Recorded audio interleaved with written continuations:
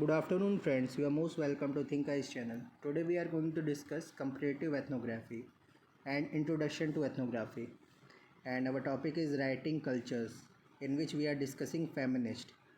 Women have brought in new perspective within the critical scholarship of the deconstruction of traditional ethnography. Scholars like Wiener and Leacock have shown much of conventional ethnography to have been crafted from a male and often white centric point of view. The women had shown that in practically every field of knowledge production, history, psychology, and sociology included, that the truth is differently perceived from a male and a female centric location. According to Bhavani 1994, feminism is a perspective and achieved status that need not confine itself to women. What women highlighted was that differentials of power affected the way one looked at things and also how one did fieldwork. From which vantage point, since women have consistently faced marginalization in wherever they have been situated, they became sensitive to the production of knowledge from various marginal locations in the world and worked towards privileging such knowledge. Thus, they viewed the communities, people, or units of study as active, engaged, and in an interactive rather than a hierarchical position as male anthropologists had done in the past. Feminist methodology was part of the critical movement that recognized that analysis is not free from relations of power between the observer and the observed, and that one has to actively become conscious of this power situation to make it transparent and hence analytically accessible. For example, Harare 1988 refers to the feminist objectivity as understanding knowledge as situated. The feminine scholar tries to reinterpret her or his. It is only a methodology not confined to women in its historical, locational, and social context, not taking the data as given, but as a production of an interactive field as a result of intersubjective between informant and field worker interaction. Bhavani 1994 writes about her field experience in England. For example, while interviewing the young white man, the frequently encountered imbalance of power between the white man and a black woman was potentially both inverted and reproduced in the interviews. My role as a student researcher, my age, my assumed class affiliation may have been taken as source of political domination. However, my racialization and gendered ascription suggested the opposite.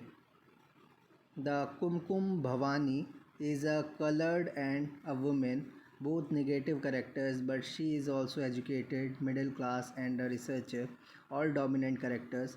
Thus, her field work would have been conditioned by all these contradictory statements about her position and that of her informants. Reflection.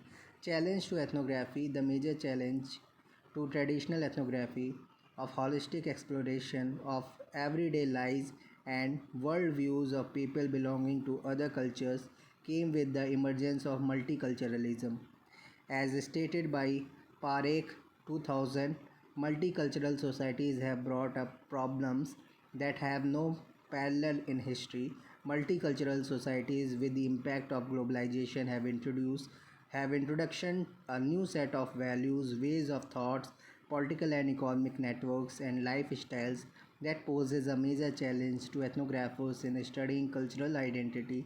The present trend of global culture or one culture is posing a real threat to the ethnographic presentation of cultures. At the last, we will discuss about the summary. Writing an ethnography, as we have seen, is not a simple procedure. There are multiple issues involved as much as we are human writing about the other humans. And as modern ethnography or anthropology makes possible about people with whom we belong, ethnography has seized to be the documentation of the lives of others and the exotic. It has become the medium through which the ethnographer presents the voice of certain categories or communities or people to the readers. Responsible ethnography today is both humanistic, that is recognize the humanity of those written about, and also honest to oneself and to others. This can be seen as a challenge as ethnography has assumed political dimensions and raises critical issues than being simply a tool, a passive technical tool. The ethnographer has to deal with ethical questions such as his or her right of information and right to information about the people being studied.